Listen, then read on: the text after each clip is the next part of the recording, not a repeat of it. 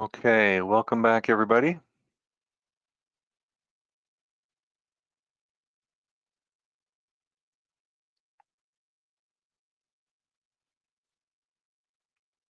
Thanks to those of you who have, well, for everybody for doing the assignment. Thank you for that. We've got a few that have been submitted.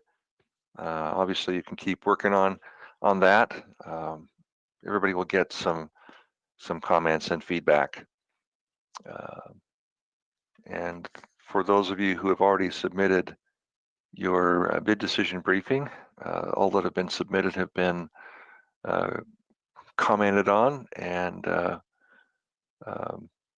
so we're getting you some feedback as quickly as we can. So thanks to Brad for doing that. All right, here we are with our second lesson going forward after having spent some time talking about compliance matrix and outline, getting things ready for that. Let's take a look at a couple of examples with the outlining exercise. One of these coming from the class. Here's using the Word version, placeholder for executive summary at the top, transition approach.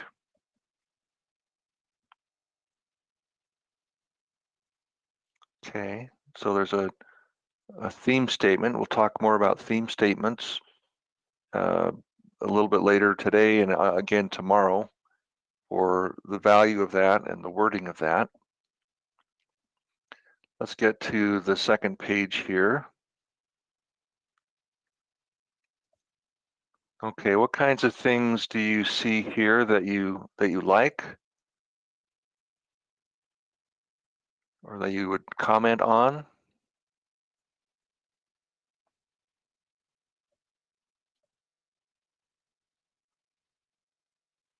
What do you think?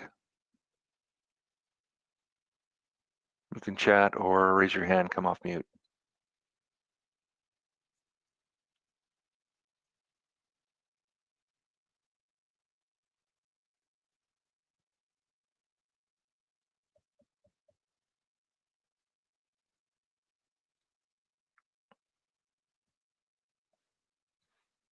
Okay, for a proposal manager, how important is it for you to provide guidance to your writers using headings? A transition approach. Yeah, so I know we're outlining transition approach. So this is the subsections of transition approach are below here. So here's the title and then going to subsections here.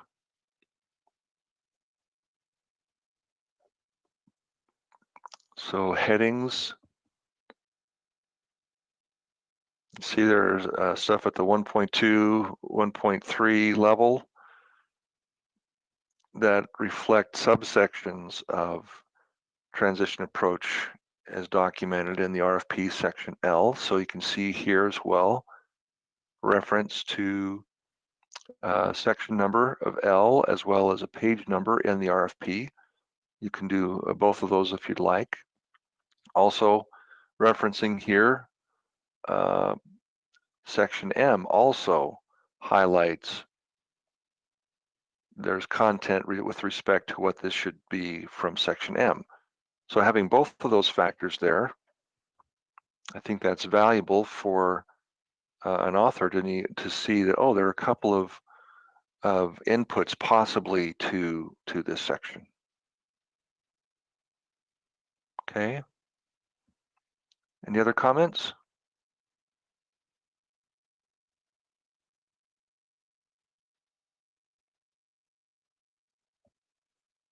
Okay. Kelson, Dennis, I'll jump in. Yeah. One observation about the depth of the outline is it goes to level 4, and for a response that's this short, I suspect you'd see if this outline went forward to respond, while it provides a lot of detail to navigate, the numbering and spacing could get pretty clunky. So you may only want to outline to level 3 and use bolding and other techniques to break out topics at the next level without going into a number structure. And you'll find that's more wieldy in taking your outlines forward. Again, if this were longer with more page count, we could go to level 4 or 5, but we're probably a little bit too deep here. Okay, that's some sage advice from one who's done this for a long time. I was going to say a very long time, Dennis, but I didn't want to throw that at you. I still have some hair. That's true, and I don't. So great. Okay, let's take a look at another one.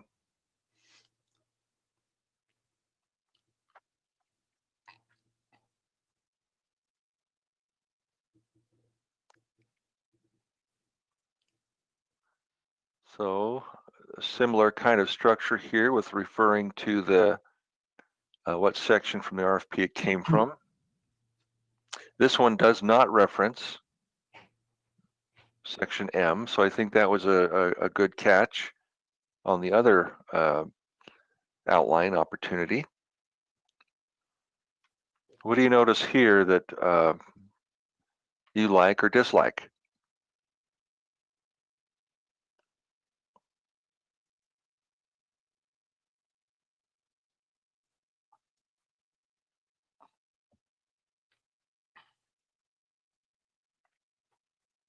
Okay, there's some text color there. Yeah, what's the colored text doing?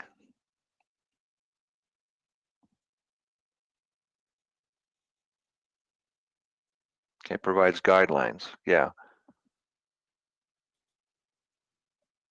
So it's pulling the information, and you can do this as a proposal manager if you'd like, if this is something that you'd like to do, to drop instructions in. Yeah, it draws attention as to what that content is, what that requirement is. So you can use it either way. There's not a prescribed way to do this. You'll do some things by trial and error, things that you like, things that maybe your writers like. I know, for example, that when Brad and I are working on proposals, I'm typically the proposal manager for the activities that where Shipley writes proposals to our clients to win business. And he's typically a contributor. He likes to have an annotated outline. He likes to have the instructions there all in one place that he can then refer back on the document rather than looking at a separate document for those compliance requirements. So there's some things that you may find out about your teams, or the things that you're working with, or things that you end up liking as to what gets the best response back from your authors.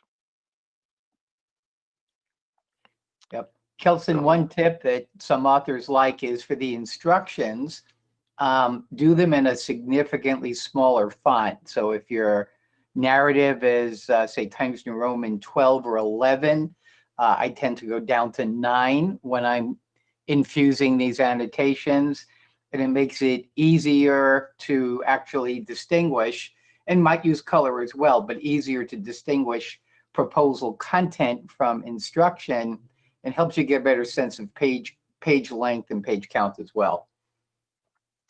Right, so they just have to blow it up on their screen because they're not going to print it. That's right, and usually it's pretty big anyway. No, but that's right. Yeah, and actually, I kind of combine the two things that we've talked about here. I do use italicized font for putting requirements in there, and then I sometimes provide a mini sub outline so that when the writer is responding, then there's already a structure to some sense below that. Now, it may not be specifically numbered, but I reserve the right as the proposal manager to roll content from compliance discussions back into other paragraphs that may have higher level heading, if you know what I mean.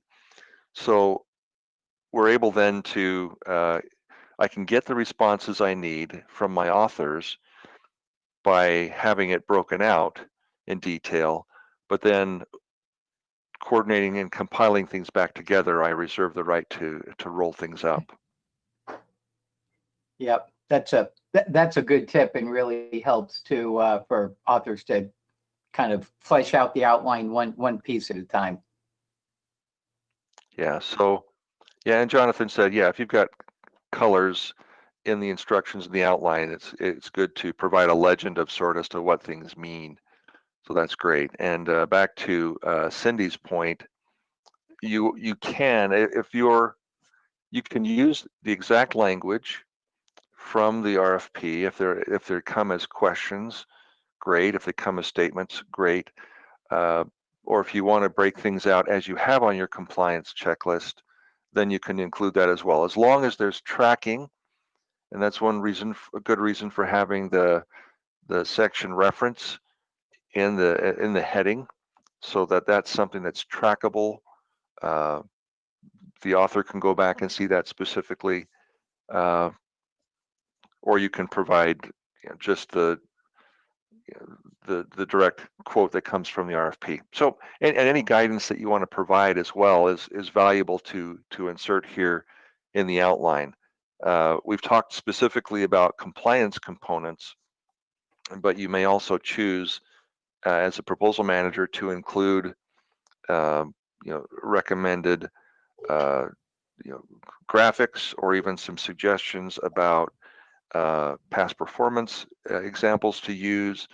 Anything that you can provide to your contributors that really helps them to focus on message and not necessarily have a blank page. We don't want to give anybody a blank page to write on. So, okay, Irene asked, at the outline stage, should you go ahead and start suggesting appendices or annexes, or should that come later? Great question.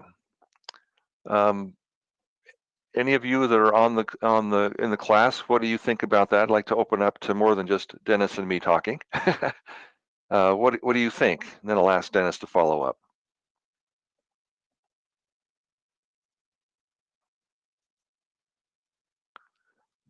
Good answer, Jason. Dwight, go ahead and come off. Yeah, go ahead. Can you hear me? Yeah. Yep. So it's just the appendix and attachments, and first of all, what to call them, what to decide on is always seems to be a bit challenge. But I think, we always, if there's big chunks of reference material, I like to incorporate and build out kind of the structure for appendices as we go, I guess. And then that way it kind of sets it aside. And I struggle sometimes with what should go in an appendix or attachment. But I do think if there's large documents that are supporting to what you're doing, then certainly yes, that should go out. And if you can incorporate that in the outline, I like to do it early. That's great. And some of that, of course, will be dictated by what's included in your RFP. You may be told everything has to be in the response documents, like in the technical volume or management, whatever it might be. Sometimes you're not allowed to cross-reference to anything outside of that volume. If it doesn't state something in the RFP specific to that, you may, in looking at the content, especially if you're page limited, you may ask the customer a question. Do you allow appendices, or can we include other information in an annex or something like that? Dennis, I said you were going to jump in right after Dwight, and I failed to do that. So go ahead.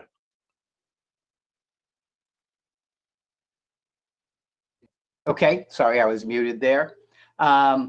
Yeah, so my guidance would be that the outline is the design of the proposal, and we're designing the flow as the expert leader of the proposal effort. So good advice to this point about whether or not to use appendices or annexes or not. And let's build those in if we have clear insights from the very beginning, so that there's consistency of where we use them and where we don't across different volumes and sections of the proposal, and not just leave it to the authors. You may get some feedback and requests, which should be discussed. But generally, as a proposal manager, I like to design the flow of the whole proposal, and that's the sort of guidance and then less of a burden on the section leads and the authors to figure out how to do it. Great, thanks. And Dwight, the fact that you struggle with this and others also, that's common. I don't think that gets any better. I mean, it's always a consideration that you're looking at with technical content or with other messaging you'd like to include that may not be able to fit within. Yeah, anyway, it's always, it's a good discussion, a good decision, good noodling to have that you can't automate. But as we've talked about, if you have that structure built in your mind about how the flow is going to go, where things are going to be contained early as a proposal manager, lay it out that way. Obviously, things can change later. Any other comments with regard to outline so far?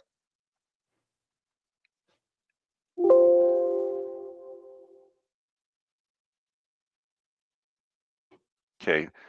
Jason, do you want to elaborate on your depends?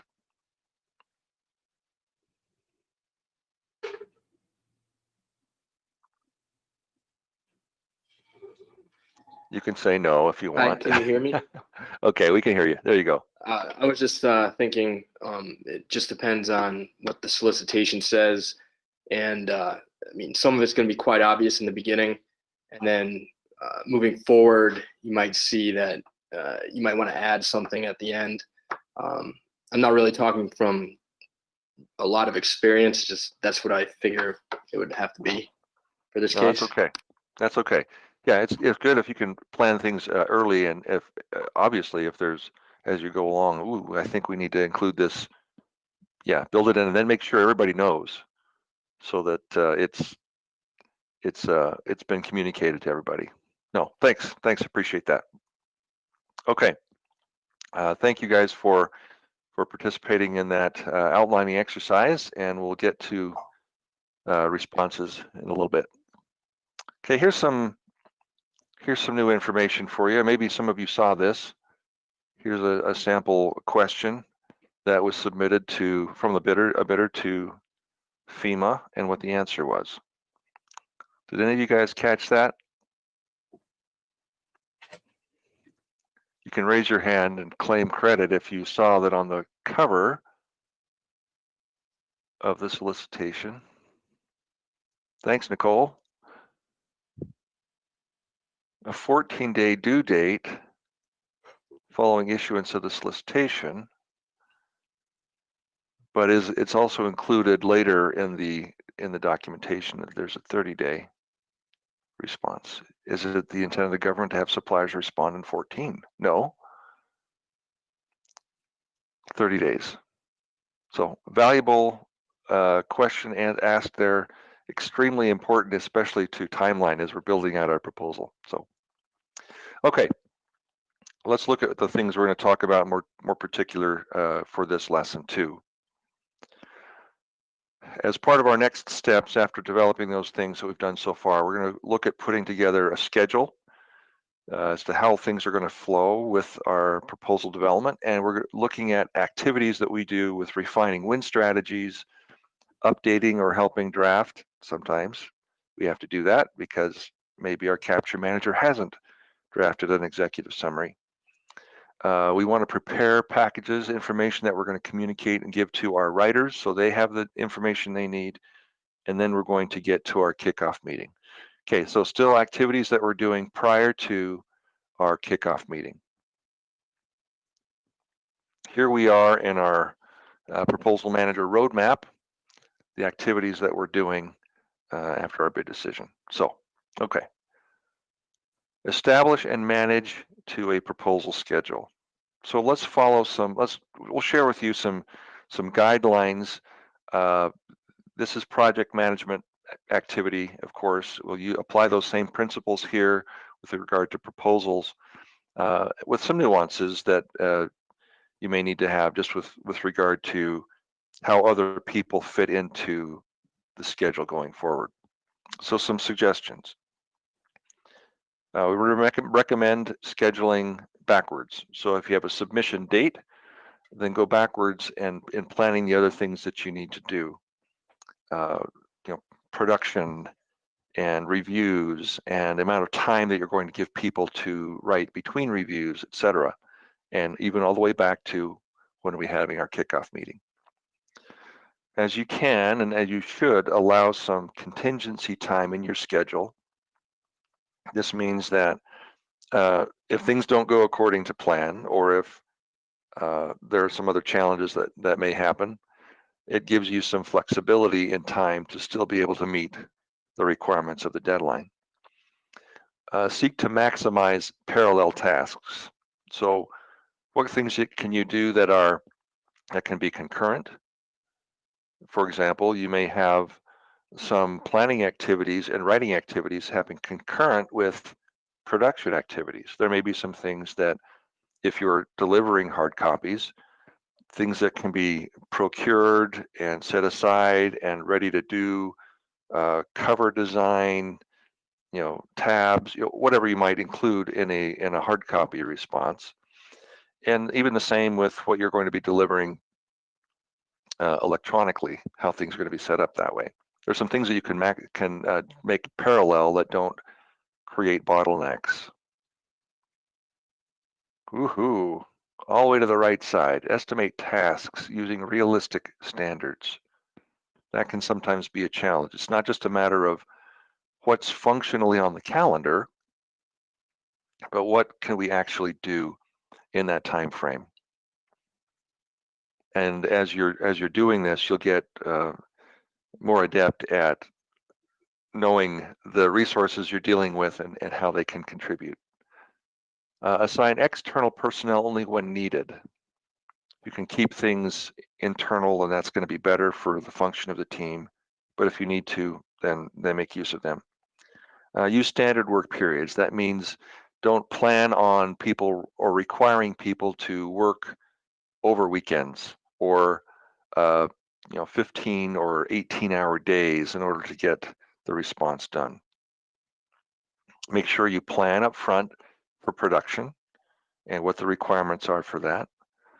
Make sure you allocate time for reviews in the proposal process, and then use the schedule going forward as a touch point, a guide point, a tool necessary to help complete all the requirements in the proposal development. So just some standard guidelines for building out a schedule. Here are some, when we talk about realistic timelines, things like that for tasks in completing assignments for proposal development, here are some guidelines from the body of knowledge for APMP that are, in some of these areas that's a little simplistic.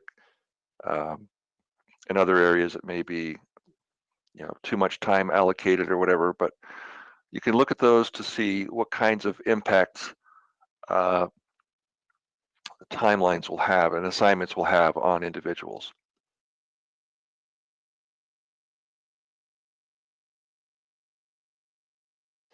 It will be good over time to end up developing your own standards and categories, time standards for your company and your people. And then you can set scheduling with more confidence.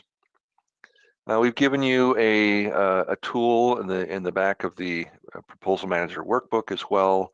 That's it's in Excel. It's standard bar type graph that you use for tasks who might be assigned, and then the days or time associated with that.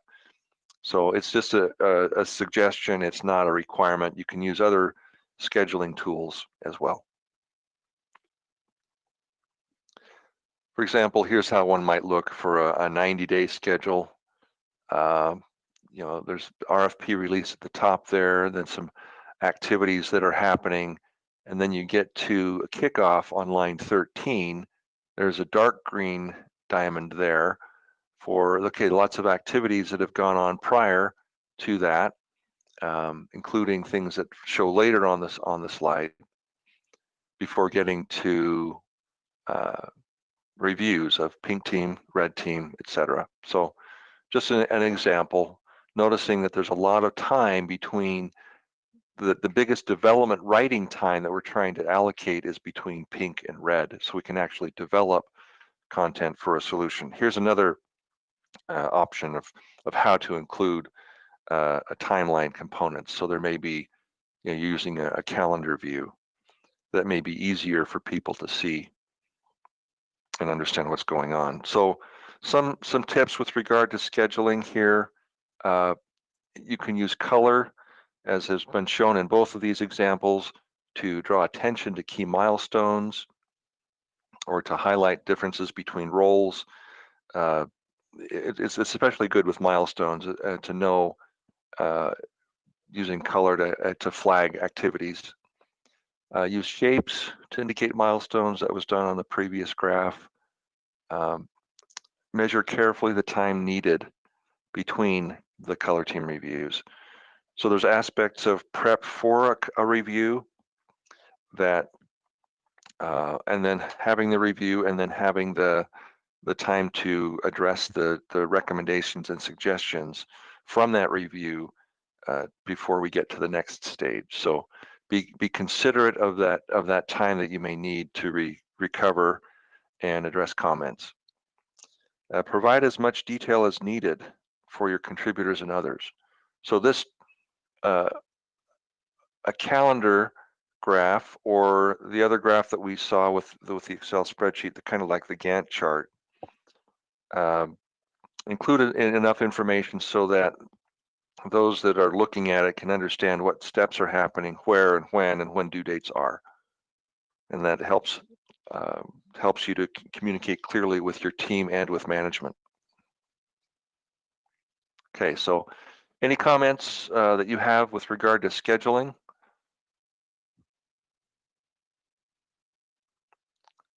Okay, Cindy asks, how do you suggest incorporating HR or recruiting in the schedule?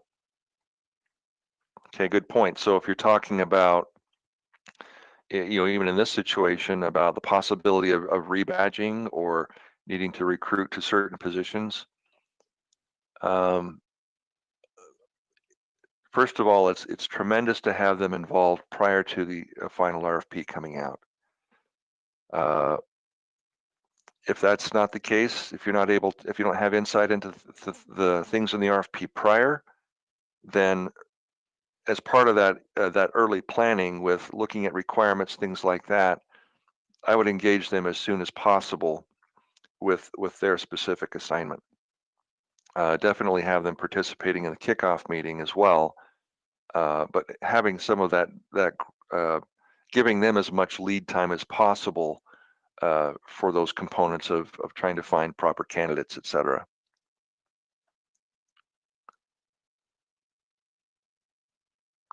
Okay. So Irene has another comment. Two small things that can get overlooked. Supervisor approval for external colleagues to work on the proposal, right? You need to, that is part of the assembling your team and making sure you get approvals that way. And then verifying when colleagues are on vacation or out of office. Another critical function with regard to communication on your team. Good, thanks, Irene. Margaret asks, in a quick turnaround, which tasks can be eliminated or combined? Well, we'll get to a suggestion a little bit later about, when time is short, what things do you really need to be focusing on, both for managing and for writing. In those situations, there's some things that you still are going to want to do as a proposal manager. So off the top of Dennis's head, what are your top 5 things, Dennis? Or would you limit it to 5? What would you say in a quick turnaround? So in What a would quick you be absolutely sure? Yeah, go ahead. on a quick turnaround, top 5 would be prepare an outline inside the proposal template. Absolutely be sure to do a red team. Be sure to do a kickoff.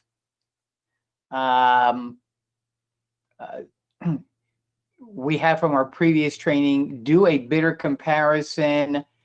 And from strategy perspective, this may be coming up. Be sure we have a clear strategy. And then guidance to writers throughout is focus on customer value and benefits in addition to compliance. Those are the main sort of high-level tips. If you're thinking of schedule, leave it. The last one and not least is leave enough time at the end for final production and delivery, including a buffer so you're not delivering with electronically 2 minutes to spare, or hoping the team that's flying or driving the proposal makes it through the door in time before the doors close. So I guess those are the major ones that come to mind, and some lessons behind every one of those. Right, and you'll also gain your own. The main thing to avoid, regardless of the amount of time that you have, is when you receive the RFP to start writing right away. There's so much waste and stress can happen when we just try to start writing right away and don't do any planning.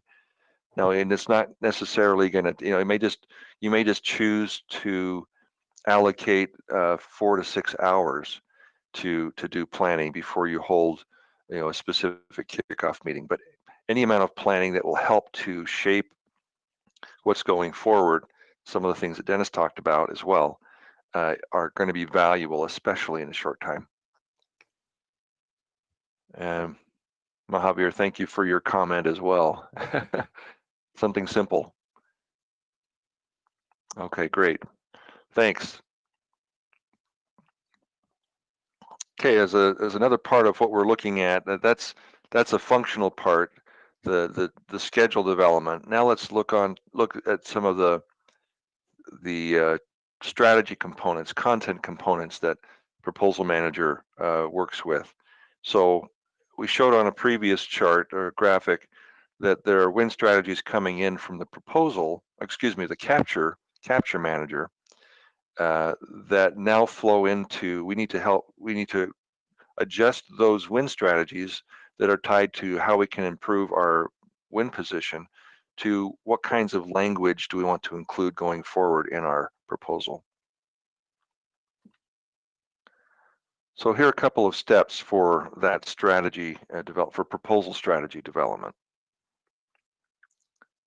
So as you're looking at what is communicated in the capture plan, look at it to see and checking with the capture manager to see if there are any adjustments or changes that have happened in the competitive landscape since that was developed. So having that refreshed and iterated based on what actually has happened. Update the bidder comparison chart, work with the capture manager on that aspect so you see if numbers have changed as part of that new information. And then develop strategies for proposal overall, and then maybe even volumes or sections that are extensions then of capture strategy. So what's been communicated throughout the capture activity by your capture manager to the customer, you can then develop language and other things that continue in the proposal with that same kind of messaging. It keeps things flowing and fluid. So as part of the strategy development, we want to look for, and some of this may have happened already as part of capture and communicated with you, we're looking at hot buttons. So we're looking at in a broad scope that may be of hot buttons are a subset of overall customer issues. Those issues are relating to the things on the side, on the left side there. Anything that is concerning or worrisome to decision makers about not being able to accomplish something or falling behind in some way or whatever. With FEMA, being able to get the response time they want to their end customers and their users and their suppliers, things like that. So different within the customer, different things that are troubling them. There's a financial impacts, operational impacts, and transitional impacts. Within that customer issue group are also motivators. Things that on the right side there are, what are we trying to achieve? Some measurable goals and things like that they may have. And then hot buttons are kind of a combination of those things that are things that are of most interest, most concern, really at issue for the customer. Now, not everything that is a hot button necessarily comes out as a requirement, but it's good to know those things that we can also seek to weave into our response to help address customer needs underlying those requirements. So, you've seen the comparison, the bidder comparison chart, and the different scorings and things that way. So some strategies may come from that. You also may have some discriminators that you can identify in conjunction with that bidder comparison, where we're viewed by the customer as having a better something than competitors. Then that's something that we can term as a discriminator. So here's a fun little chart that helps us understand the differences between what something might be as related to a discriminator. If we have on the right side, the customer has needs and we have capabilities, our competitors have capabilities, where all of those intersect, and we maybe have the same kind of capabilities to meet the customer needs. It may be a neutral position. Customer needs it, competitor has it, we have it. We're going to include that in our response, but we may not necessarily be able to distinguish or differentiate our solution over our competitor to where the customer values our solution more. Bottom left is something that's called irrelevant. If the customer doesn't need it, we have it and our competitors have it, so what? But we're not going to talk about it. We're not going to bring it up. That will clutter the picture, and that's not what the customer needs. We have weaknesses possibly where something the customer needs and our competitor is better at it than we are, or has, in the eyes of the customer, been more effective at communicating that. How do we handle that? What kinds of things do we do to address that? And that's messaging that we'll need to include in our proposal. Our discriminators are defined where it's customer needs, we have capability, and we do it better than our competitor. And those are definitely things that we want to tout and make sure that that's highlighted, because talking about how the customer benefits from our discriminators. So as we do our bidder comparison and discriminator types of things, it can develop some of the strength, weakness, opportunity, and threat analysis that we can have in each of our proposal opportunities. So we look at each of these things as ways to create messaging to help us in our proposal. You'll see that on the bottom of this chart, I mean, it's easy to understand strengths and possible weaknesses as we look at ourselves, as you went through the internal assessment and capture. And we've identified things as part of this opportunity of opportunities and threats as we're looking at things versus with our competitors. And you went through the exercise of developing the win themes, the win strategies based on those strengths, weaknesses, opportunities, and threats.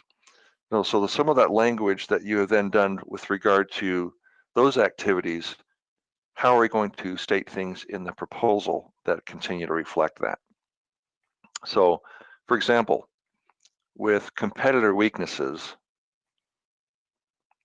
there are some things that we can do in our messaging that can exploit those weaknesses without calling them out by name or pointing that out specifically. So while language here also will show up in the writing class tomorrow with things that we can specifically say to ghost our competitors, it's important for us to understand at the proposal manager level if we have these kinds of discriminators and things that we can include, because we can communicate that with our authors to help them augment that story.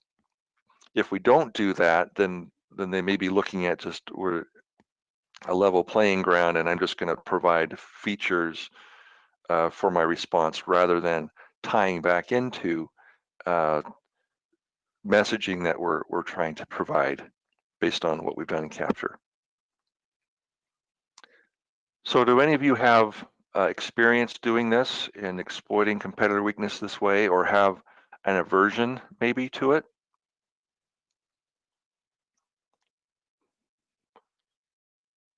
So what we're talking about with regard to this, both today and tomorrow, is an ethical way to do it.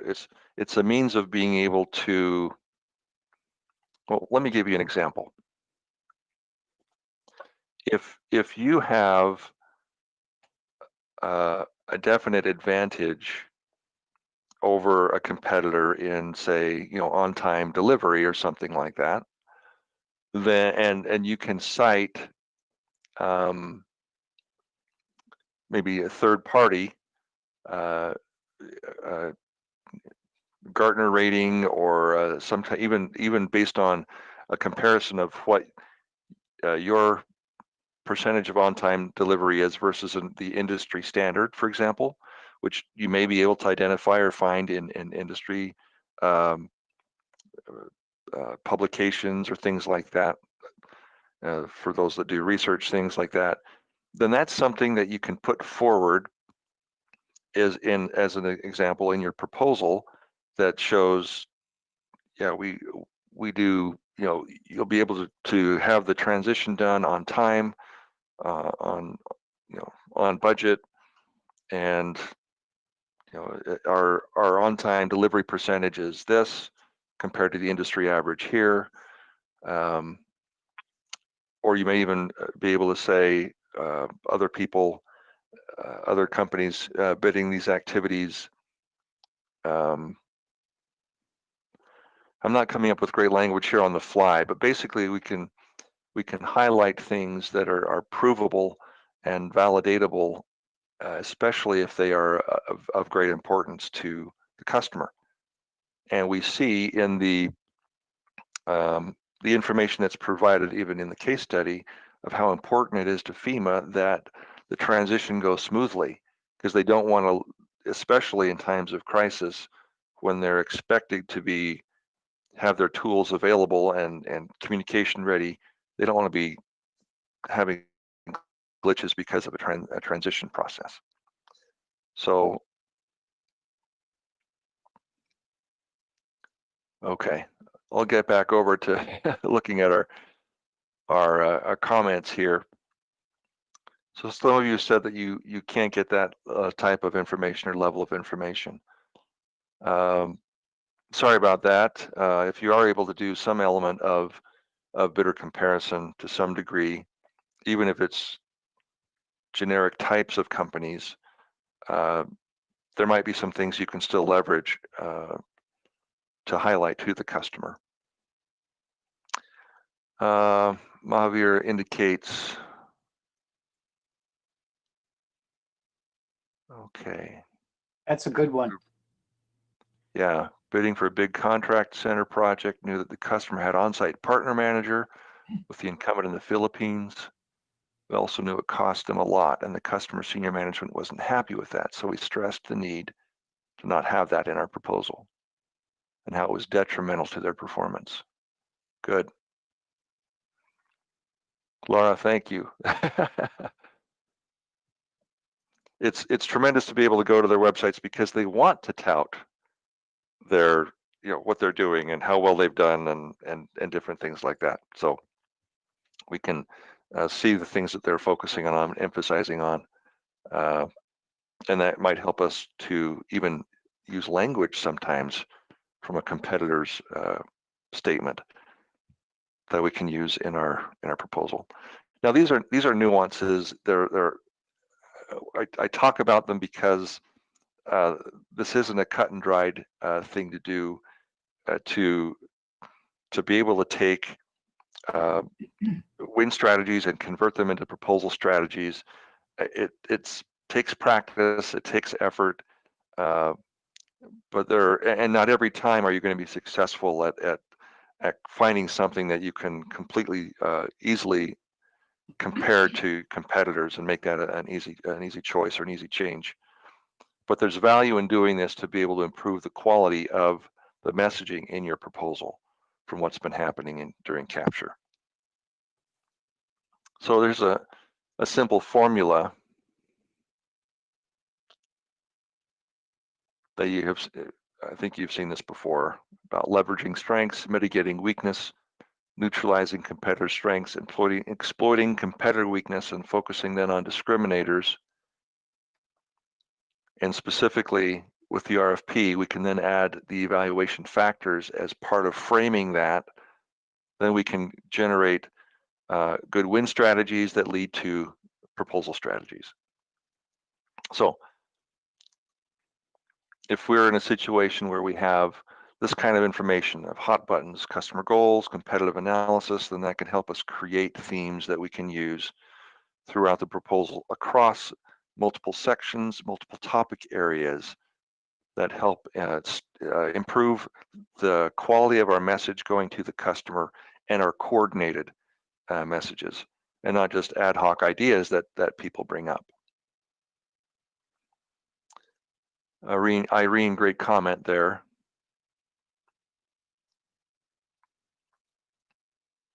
What we're trying to do is work with a lot of information, getting as much information as we can that's useful in capture and moving into proposal. If we're accustomed to just working in a box with blinders on, and we see a request for proposal only when it comes across the when someone notifies us, oh, there's a proposal on an RFP on the street, we respond to that only as if we're the only company bidding. That's really going to be a challenge. No matter how well you do the proposal process, if you don't have the content coming into it that will make it successful, you may get something out the door and submit it, but it may not be, you may not win. Information is important, and messaging to the customer is important. So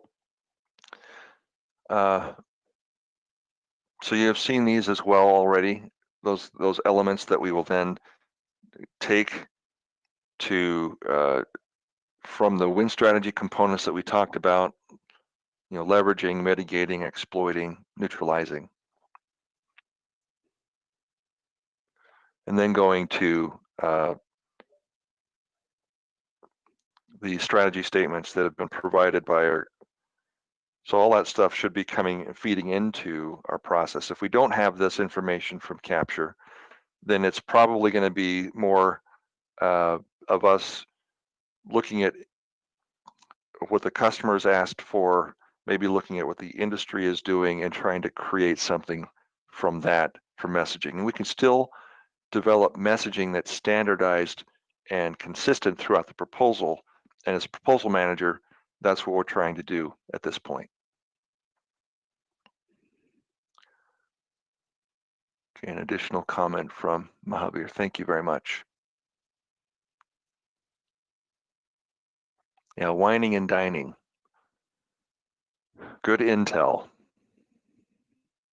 Again, as part of capture, it's important to be able to meet with the customer, and however we determine meet nowadays, being able to interact and find out information about them. Okay, so as we've helped to prepare messaging, all of that is now all the things we've talked about are preparation to put packages together so that our team can go away with assignments knowing what to do. Now, some of this may be on electronically, some of it may be hard copy, but we want to provide instructions to our team about what to do. So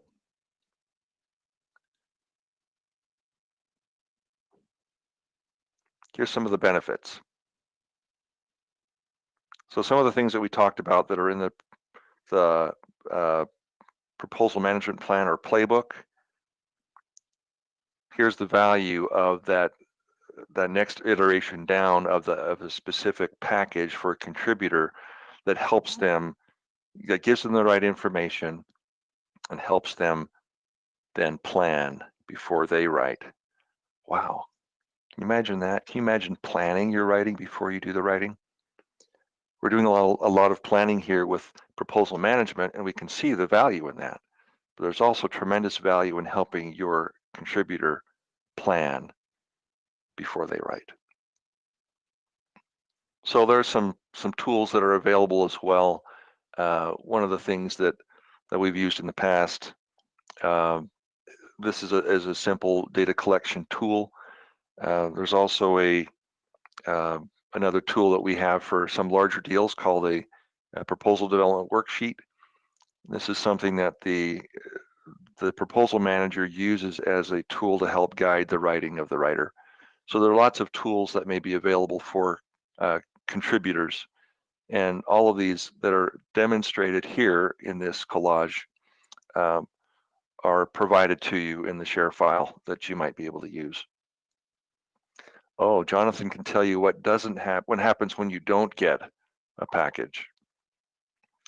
Do tell. What do you think? Not good.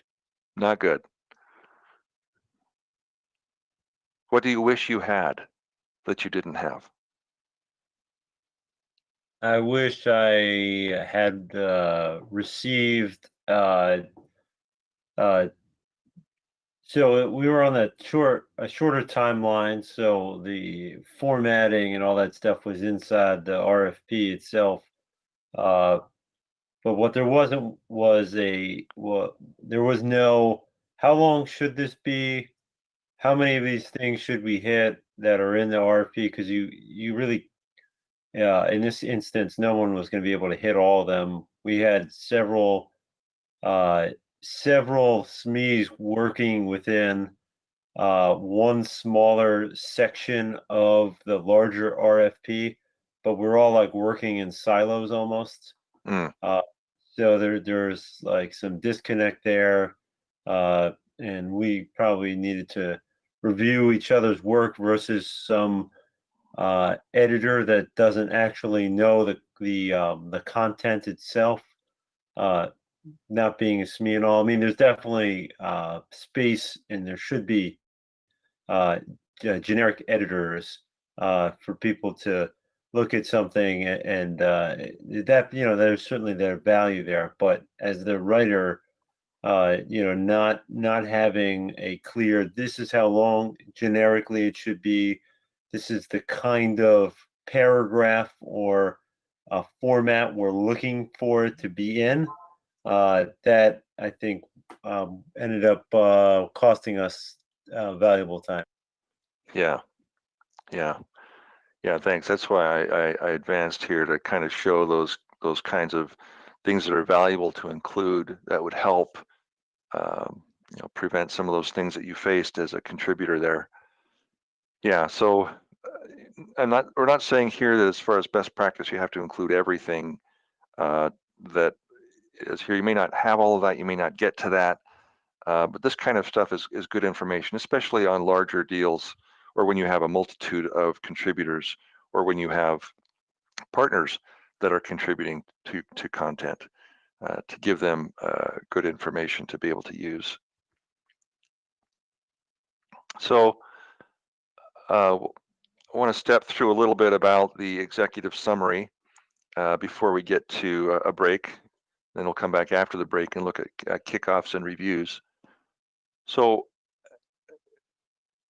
we've talked about best practice being the capture manager prepares a draft executive summary that is delivered to the team as part of the kickoff.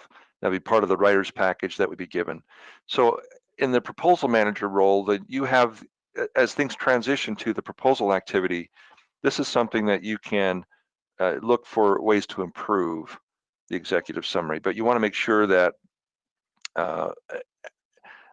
as things are being developed, that you're still coordinating with the capture manager or sales lead in the language that's developed for the executive summary.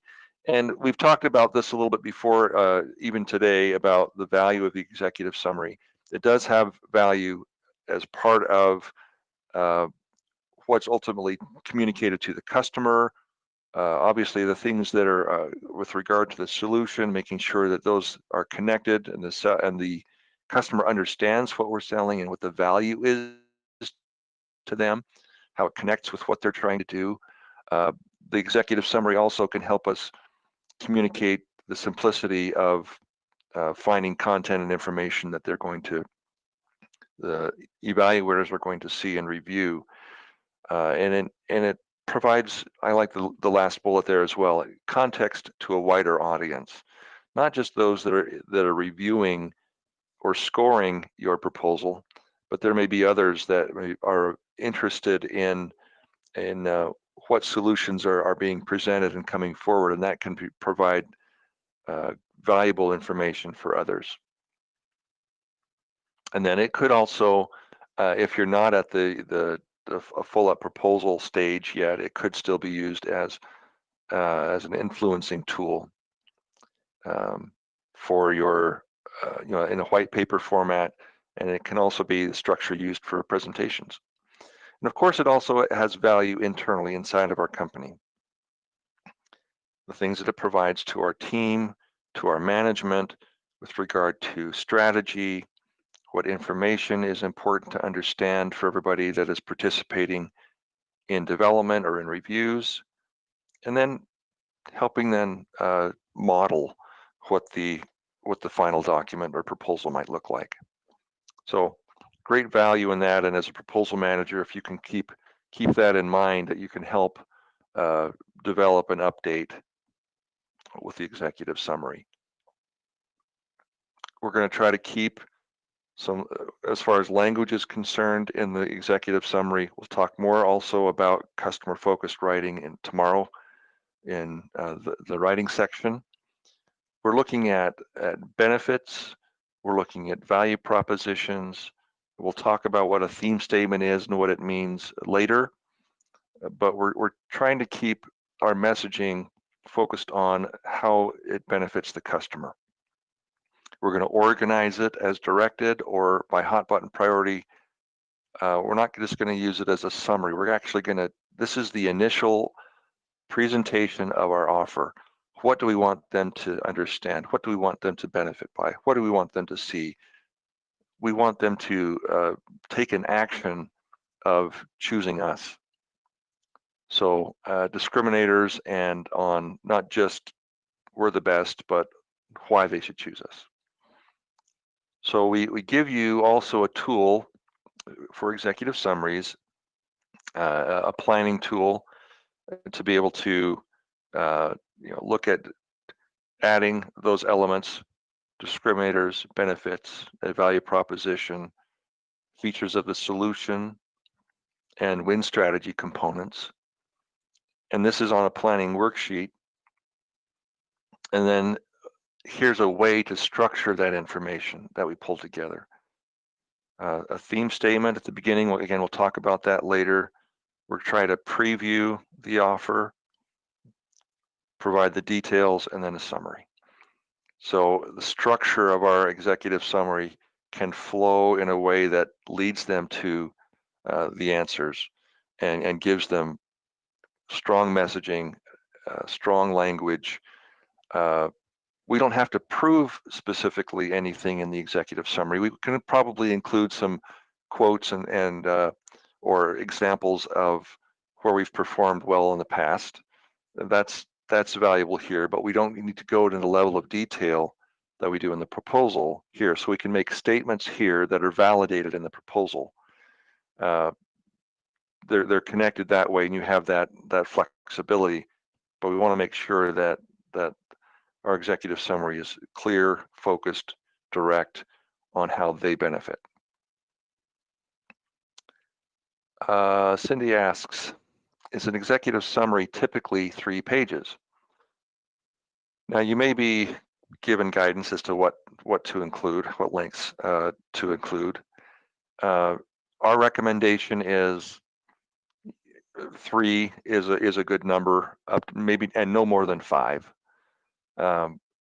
If we can't communicate our message appropriately at that high level in 3 pages or 3 to 5 pages, then we really need to work on that, getting it down.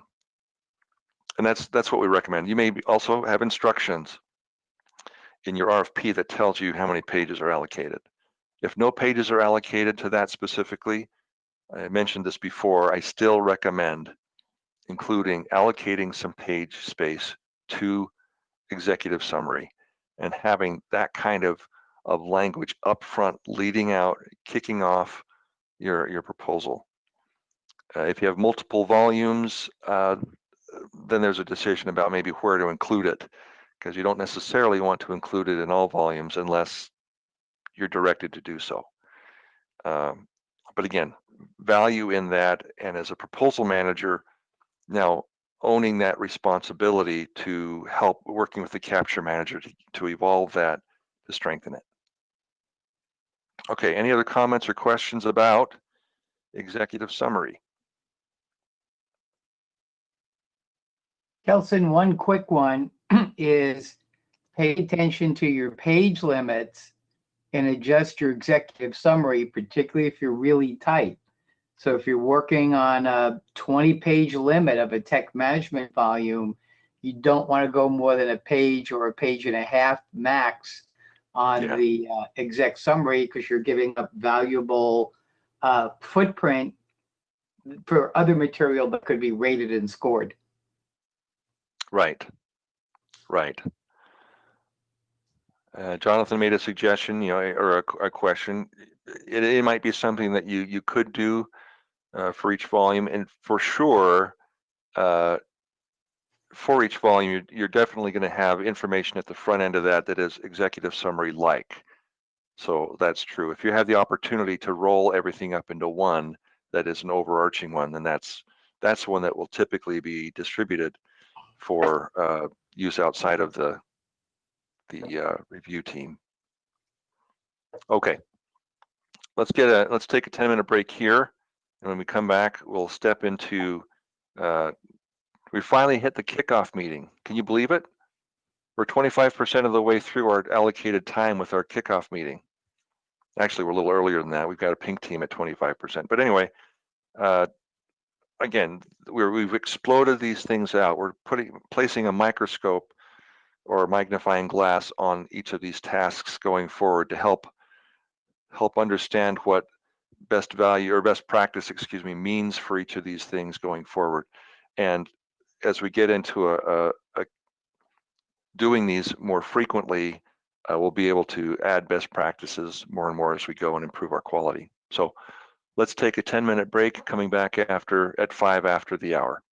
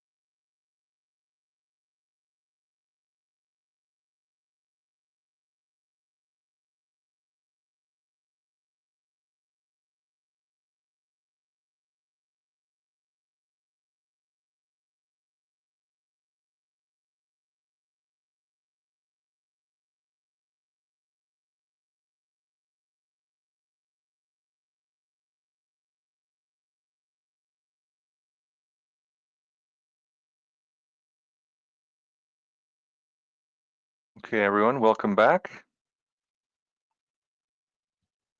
Let's move on to our proposal kickoff.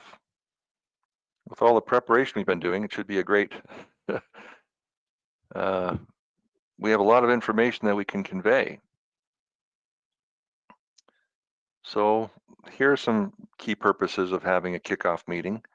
You're intending to build a team that understands what's going on and is united in a common effort to bid this opportunity. Obviously, you're conveying information to them. You're initiating their efforts to begin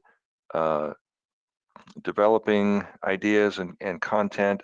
Especially, they'll have ideas from things that you brief. The capture manager may also share as part of the kickoff meeting and participating there.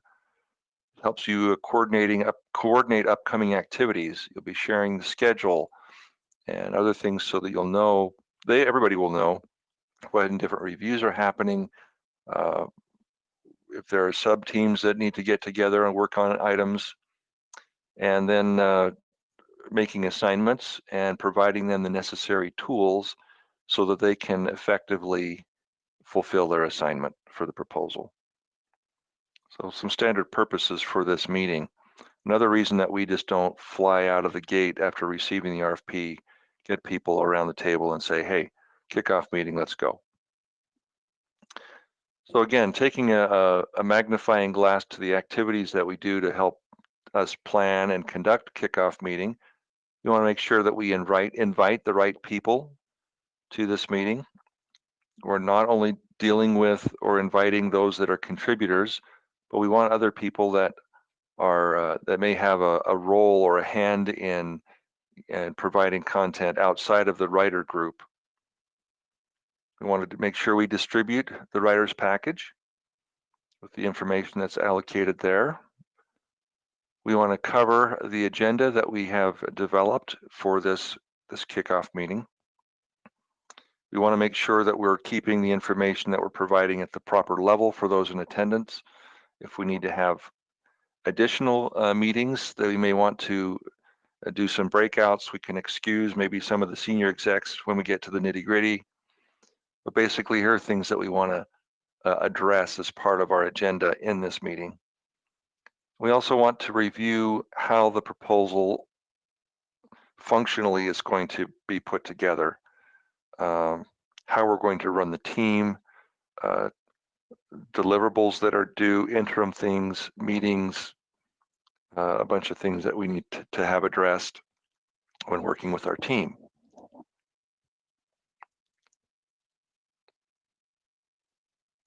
So key factors that we're looking at in particular are those elements of planning that occur going into the writer's package and the agenda. You may need to not only just maybe excuse senior executives and everybody else get down to the nitty-gritty, but you may also be required or need to separate things out to have smaller kickoff meetings depending on the teams that might be involved. You know, your cost folks may not need to sit through the entire overall proposal thing. You know, you can take a look at, it's not required that everybody has to be in the same room at the same time, or it's beneficial for people to at least be together on the same initial call, but then you may have other smaller calls that you may do after that. And the value in all of these is to make sure the right information, targeted information is communicated.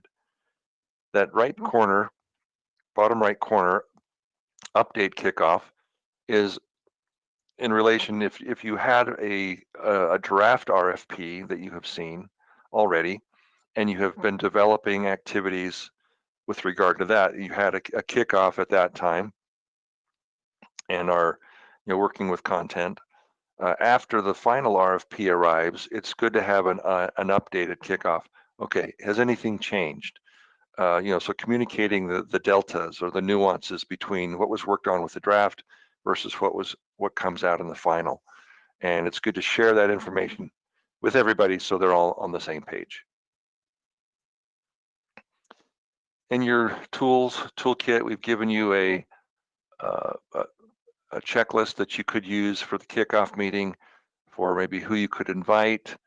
In the top section here, the different activities that you may want to have addressed, and then who addresses them over here, and then leave behinds at the bottom. Just a way to be able to, in a page or two, plan for a strong kickoff meeting, and getting the right people there and giving them the right information and tools.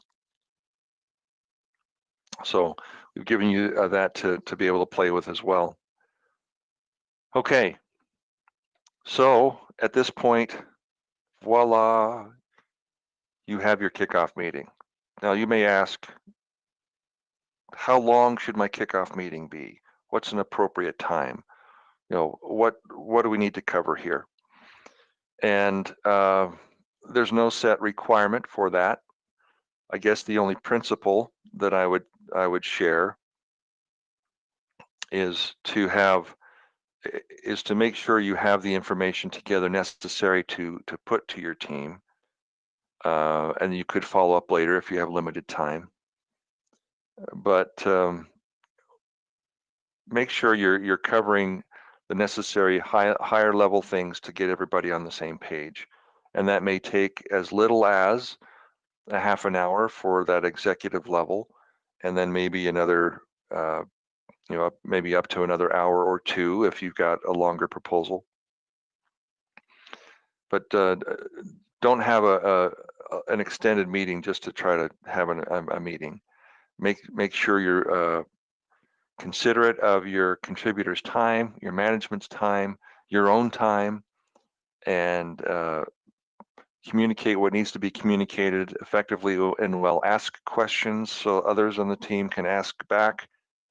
You know, get that collaborative activity going, and then you can dismiss the team and follow up with them later. Again, this meeting, this kickoff is your meeting. Proposal manager, this is your meeting. You'll invite, and it's good to invite the capture manager in, maybe to give the overview of the opportunity and of the customer, and anything that may have been done for competitive purposes, so we know who we might be competing against. But the rest of the activity, you're going to control and guide and provide. And so take advantage of making that a good meeting. Again, you get some people skills involved here, because you need to be communicating well and be clear, show some leadership. It's okay to show a little bit of levity sometimes, but be personable and make sure that the team has direction to move forward, and it makes for a successful execution going forward. Dennis or Brad, anything you want to add to that? Kelson, I think you're good. Actually, one thing I would add in these days of virtual proposal teams, I didn't quite hear you say this, is test the technology, get on a little bit early before the kickoff meeting, make sure everything's working, and have a backup contact if people need access to SharePoint sites or other things to be capable either during the meeting or after the meeting to work on the proposal. Excellent point. And you provided some foreshadowing. There's a fun exercise that you'll be doing with regard to kickoff meetings. Okay, so as part of as what we're doing is we're making assignments to writers. So you've given them the writer's packet, and then you may also, after that kickoff meeting, need to work with individuals about what they need to do. Whether that's, you can share quality standards and some documentation in the kickoff meeting, but you could review that individually or with teams after that fact. So the intent is to help them best use their time in providing content in the proper format and customer focus when it comes back. are the kickoff files in the materials included in the zip file we downloaded. The kickoff meeting checklist is. Yes, if you cannot find it, I can give it to you on the next break as well. All the other elements would be things that you would develop. So one of the things that we've given you as part of the in the tool set with the Proposal Manager workbook, I brought that up before. Wait a minute. Apologize.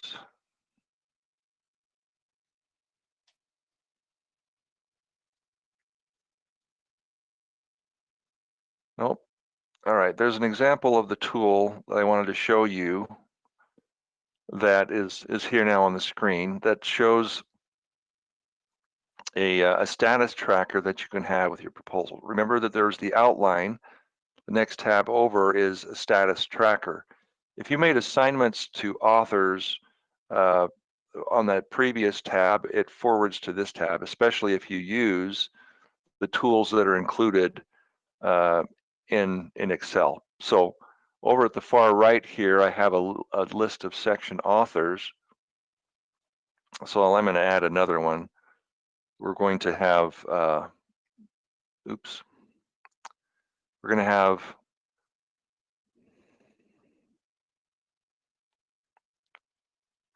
we're going to add Laura to our author list here. And what that does for us over on this side is if with our section heading and titles, we can go to a box here and choose the drop down and select an author, and that's populated there. Okay.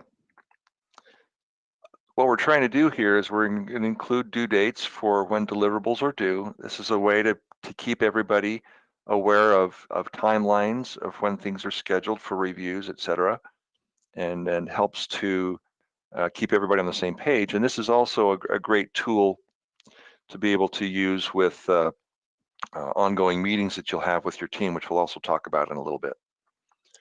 One of the great values of this for me as a proposal manager, I really like this. We call it a stoplight chart and sometimes because of the red, yellow, green that you see here. But basically the this template, this tool is able to show how far out someone may be from from when a due date is coming. So for example, if we have a storyboard due on the 15th, so coming up this week, it's highlighted in yellow right now because we're in what's called a caution period. Over in the far upper right corner here, I have designated, and I can change this number, I've designated that cells should turn yellow when it's within 5 days of the due date. If I change that to 3, for example, we're still within that range because we're on the 12th of August right now, up to the 15th. If we had a due date that is, and I'll just kind of do it here, that is past, if the due date was the 11th, it automatically goes red. Anything that is after a due date goes red. So what you can also do then is when something is completed, you go into this and you type complete. It turns it green. So you have a visual way of looking at this tracker for the due dates to know whether people have completed things or not, how close they are to the deadline if they're past due. And it's something that is visually communicated, and this is not necessarily to beat people up, but it's an effective tool for you as a proposal manager to track, and also for others to see how things are progressing. And it highlights areas of fires that need to be put out, so to speak. So we've provided that tool for you. Let me get back over here. as a means of being able to help you track with your authors and your providing coaching. Let's see. Jason asks, for $1 billion IDIQ opportunity, can a proposal manager work half-time as a program manager and still be successful? Dennis, what do you think about that? Well, it's an excellent question. It depends. And really what it depends on is how complex a proposal is needed, because the level of effort correlates more to the intensity of the proposal, not the number of dollars involved. Now, what I have found is most program managers who are accustomed to running programs don't have the depth of training and extent of experience of a full-time proposal manager. So you want to backstop that, I'll say, dual-headed individual with a really strong proposal coordinator, if that individual really is the best person to be the program manager and the proposal manager. But I try to stay away. I try to stay away from that. But be sure you get the skill levels you need on the program side and the proposal management side. And the bigger the proposal, the more important that is. Yeah, that's typically a risky proposition, but size of company, you may have to do both, and so be it. But with the possibility of that kind of a scope for IDIQ, it might be worthwhile for your company to divide those roles, have two people doing those. Great, thanks. All right, so we've seen this graphic before with these 7 characteristics and those questions that are associated with it. We're going to go a little bit deeper into each of these things now, because as we as proposal managers are working with our writers or with our team, we're still looking at this now from the hat of the proposal manager. We want to now look at what each of these. Okay, there we go. I guess I could ask you that question. Let me ask you that question after we get through summarizing these 7 characteristics. I'll ask you to put that in your chat. So what we started with was compliance. And the question is, have all bid request requirements been addressed and all instructions followed? So again, if we have something that's there, then we want to make sure we break out the requirements as we did earlier in our little compliance exercise, making sure that we capture them and then making sure we address them. What do we mean by responsiveness? Does the proposal clearly and directly address the customer's needs? Now here's how we distinguish between compliance and responsiveness. If you have a requirement that comes from the customer that says, vendor must provide 24/7 support, a compliant answer is this. Is that compliant? Do you provide 24/7 support? Yes, we do. Stark provides that. Okay. It's not responsive though. There might be a way that we can address customer needs, things that we have talked with them about or things that we know that they're trying to address. How about this? ESG benefits from 24/7 support at 4 locations around the world in each language required with a response time of 3 minutes or less. If we know that they're worried about how quick of a response that they may, that ESG may be dealing with, as part of our capture course, we talked about that a little bit, that was a priority for them. Since they're expanding, have the potential of expanding outside of the United States territories and United States, maybe that type of language might be important. So, and locations, there are things that we can communicate quickly and effectively that help the customer understand that we're being responsive and helping them address their needs. And it creates a better connection with our solution.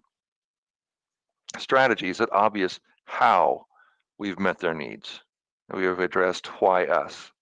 So there's some things that they have maybe have brought up in requirements or issues that we're trying to address.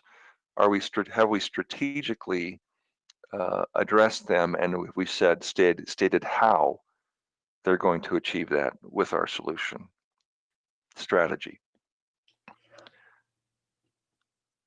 So things that may, again, we may highlight in strengths or weaknesses.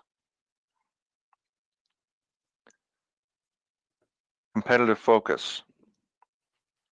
Is it obvious why our offer is better than competitor offers? So in our activity that we do with capture, moving into proposal activity, so we've gathered information about our customers and our competitors, and have shaped information that help us in showing how our solution is better than our competitor solutions, and also to the perspective of the customer. This is important information to be able to share, and we can share that in our language that we use in highlighting discriminators and using ghosting and other techniques to be able to highlight competitive focus. We look at quality of writing. Is our writing customer focused, organized, clear, and correct? There's some guidelines that we want to follow as part of our writing, with our customer focused writing. And there's information that we'll talk in more detail in the writing aspect, but for us as proposal managers to understand that we want to direct our contributors in a way that makes their writing customer focused. It reduces the workload on us to try to assimilate and coordinate all these inputs coming in to a proposal. If we can get that done at the ground level, then that will greatly improve the quality of the proposal, and we can focus on strategic things. The 6 of the 7 characteristics was dealing with visualization. Do the graphics clearly communicate major selling points? Are they compelling? Do they support our message? We don't want them to be distracting. And then the 7th one was page and document design. Is our proposal professional in appearance and easy to evaluate? We're looking at ways of being able to, with our layout, to draw the attention of the evaluators to important information. So a couple of ideas. That seems like it might be a good one on the left. It might be better on the right, using different emphasis techniques, graphics, and calling out importance of those types of things. And we'll talk more about that in detail as well tomorrow as a writer putting this information together, an instruction that you can give or you receive at that point. So there may be opportunities, and you may want to take advantage of those opportunities to coach your contributors as to how to do these things better and improve the quality of their writing, their responses back to you.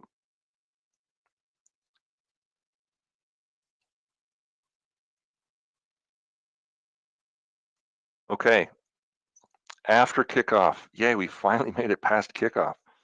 One of the things that you want to do is, but one of the things that you're communicating with proposal operations during kickoff is, okay, how frequently are we going to meet? Are we going to have daily meetings? Are we going to, what kind of a cadence or frequency are we getting together to talk about the proposal? It's important to do this kind of stuff because it's not good to just say, okay, we're having a meeting. We're going to have the pink team in a week. We'll see you then. You want to make sure that they're following through on their assignments. And if they're not, as someone mentioned earlier, with some of the other concerns that you need to be aware of as a proposal manager, do people have vacation? Are people working on another project that's really taking a lot of their time? Do we need to talk with the manager about getting somebody else to take their place? Those types of things that we want to make sure we're doing so that we get progress and development and are not surprised at these other reviews that we're having coming up. So here's some things that we can do in our regular status meetings. Action items, any amendments that may be coming, Some other things. Looking at our schedule, seeing how we're progressing. Any issues that need to be brought up and talked about at this level. So some of the key characteristics that we want in this meeting, we want to have a brief schedule. It's not going to be a long time. We'll do this regularly. We have a specific agenda that we're doing. Everybody is required to attend. If someone cannot attend, then they need to give proper justification to you beforehand or to their manager. I mean, this is, it's serious. It's important to be participating in this. We're trying to get to an achievable goal. It's not optional to stay connected with the team. And that's something that you can also share in the kickoff meeting. While there may be some points of levity, there are some points of seriousness as well.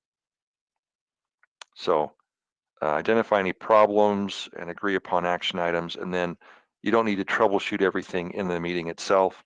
If you need to have one-on-one time with people that maybe not that have questions or are failing to contribute at the time or whatever, don't call them out in this meeting.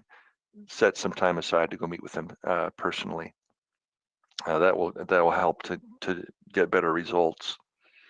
But be diligent with this type of meeting and status updates.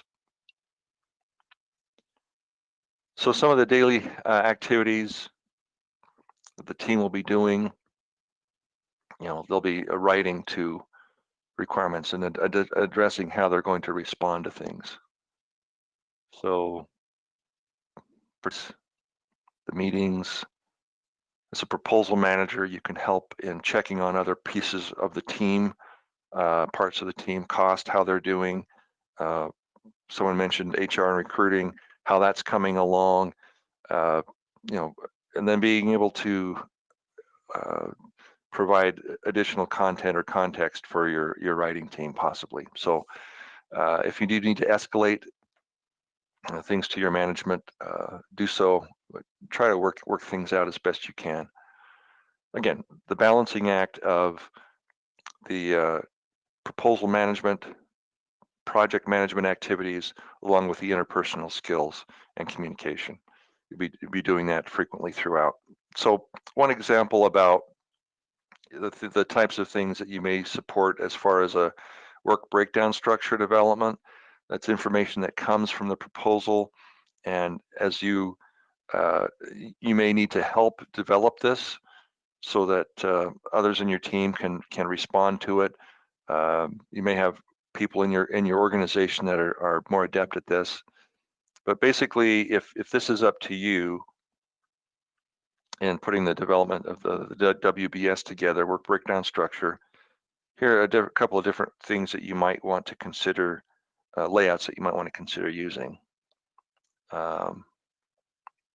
Outlined table, tree structure of things that are, what things are roots and branches off of components that are required.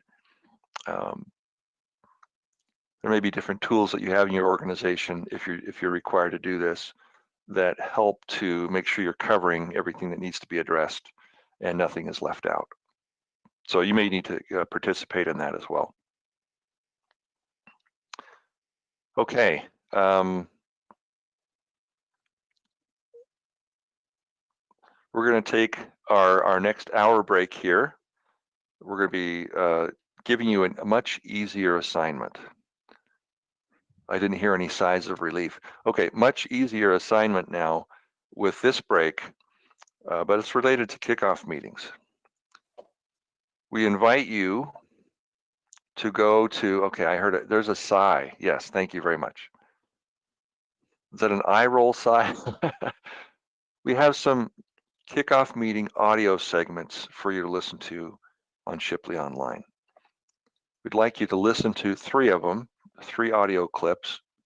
We'd like you to listen to them and then post your comments in Shipley Online as well about your feedback on those audio clips. So record your thoughts in the lesson 2 discussions And if you have time left over, you can also work on finishing your outline or playing with the proposal manager workbook that we've been playing with and working in. Any questions so far to where we are today?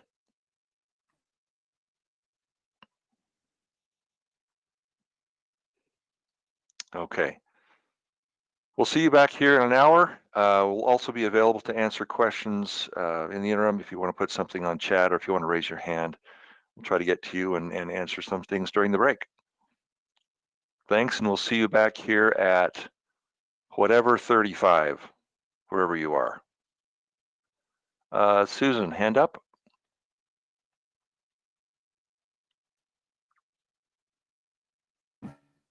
Hi, yeah, sorry about that. I couldn't unmute. Is the proposal manager workbook? I can't seem to find it.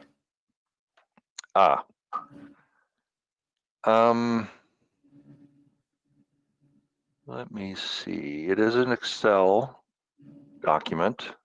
Yeah. Do others of you have that problem as well? Are you not able to see it or find it? Would you let me know?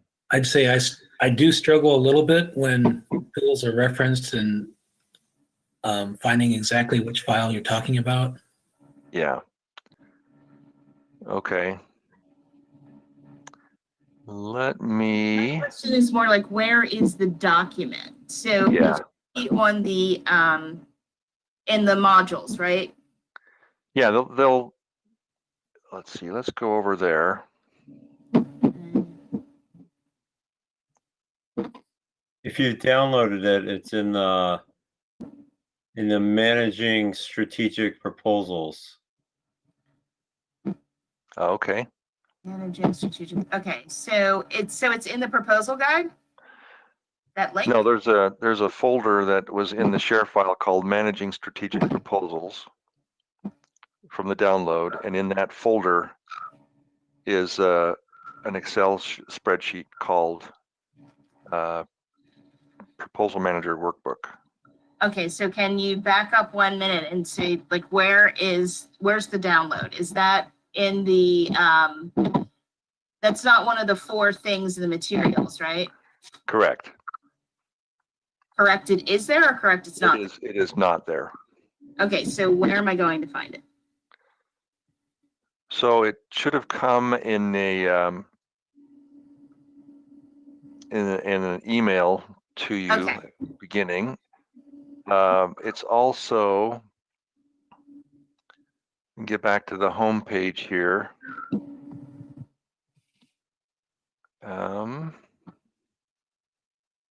Where it says notifications, files, etc. So it should be in files. So right, can you see my screen? Let me go back. Okay, yeah, see it. So this is at Shipley Online. It's the boot camp. This is the landing page. At the bottom of this page is a link. If you have not downloaded the files that we're using, you can do that, and it's in the capture guide and proposal guide that are there, but there are also 3 folders: capturing new business, managing strategic proposals, powerful proposal writing. Okay, got it. Thank you so Yeah, much. that middle one. Okay. I Thanks for have the question. another. Go ahead. Can I ask? It's very, very specific. Okay. So one of the things that I just finished a proposal, it's not just because I'm losing track of time, but we finished the proposal in June, and there was an issue on the Americans with Disabilities Act as it pertained to a website. So one of the things that we use to differentiate ourselves is that we were able to do WCAG compliance level 2.1, which is, great, I guess. Mhm. The proposal who did 1.0 compliance, should we have, backtracked what we were doing for 1.0? I mean, we Great. did win, so maybe we needed to have done that, but basically, is it on the proposal team to sort of communicate with the with the procurement officer to say that what they want is kind of not industry standard anymore? Great question. Sorry about your experience. Oh, no, I mean, it's fine. Like, we would have lost anyway. We're way, way, way too expensive. But one of the big drivers was this one issue. And I don't really know how you address that. Yep. Kelson, I can help on that one if you'd Yeah. like. No, go ahead and answer, and I may have a follow-up. You may address what I'm going to say, but go ahead. Okay, sure. So one of the guidances on solution is beware of bidding to the government features and requirements they did not ask for. So this is a bit of a tough one, right? Because the government put out a requirement to an old standard. So if we could roll the whole clock back, I would have in the Q&A, well, if we knew that that standard would apply, and any indication the government might be behind the times, would have had capture talking to the customer to confirm what level and standard they wanted. If that had not been done, which would probably be normal, that might not have come up, I would have posed a question in the Q&A period that indicates the government cited an old standard. Is that their intent?